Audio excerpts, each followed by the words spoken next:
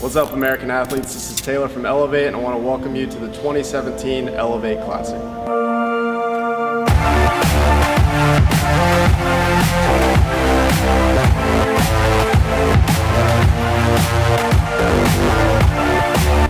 WOD 1 of the 2017 Elevate Classic is brought to you by our friends from Peak Performance Soft Tissue and Spine. This is a 7-minute AMRAP with an ascending rep scheme of deadlifts, kettlebell snatches, and handstand push-ups for RX or hand release push-ups for scale. In this 7-minute AMRAP, the first round will consist of 2 reps of each of the 3 movements. The next round will consist of 4 reps of each, then 6, and so on, building by 2 reps each round. The athletes may transition out and change partners whenever needed. There will be a designated tag in and tag out spot for that transition to occur. For the deadlift reps to count, all plates must touch the ground at the start of each rep. At the top of the rep, the shoulders must end clearly behind the bar with knees and hips locked out.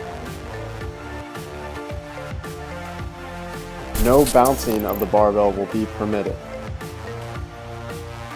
Reps will not count if the athlete is not fully locked out at the knee and or the hip.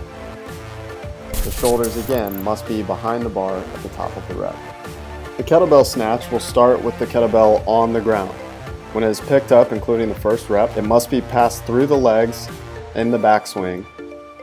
A successful rep will end with knees, hips, shoulders, and elbows locked out and the bicep in line with the ear. Reps will not need to be alternated or split up evenly between arms. The athlete will place the kettlebell back in the taped square after completion of reps. For a rep to count, the elbow must be locked out and control shown with the kettlebell locked out over the shoulder. Reps will not count if the kettlebell is locked out to the side of the body. Reps will also not count if the kettlebell is dropped or not controlled to the ground. And finally, reps will not count if the elbow is not locked out fully overhead.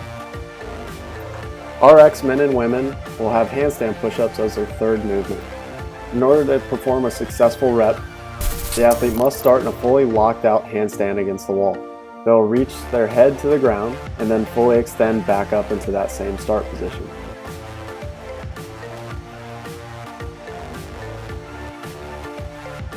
A rep will not count if at extension the athlete has anything but their heels on the wall.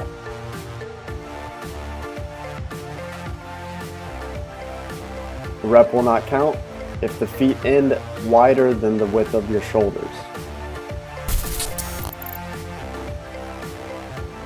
The rep will also not count if the athlete kicks up to the wall with their head on the ground. They must start in a fully locked out position and show control. The final rep of each set before the athlete comes off the wall must show full control at extension before kicking down. Men and women in our scale division will be performing hand release push-ups. Much like the handstand push-ups, these will start in a fully locked out push-up position. The hands must visibly come off the ground with only the toes and the hands touching the ground at full lockout. A rep will not count if at any point the feet come off the ground. A rep will not count if the hands do not visibly leave the ground.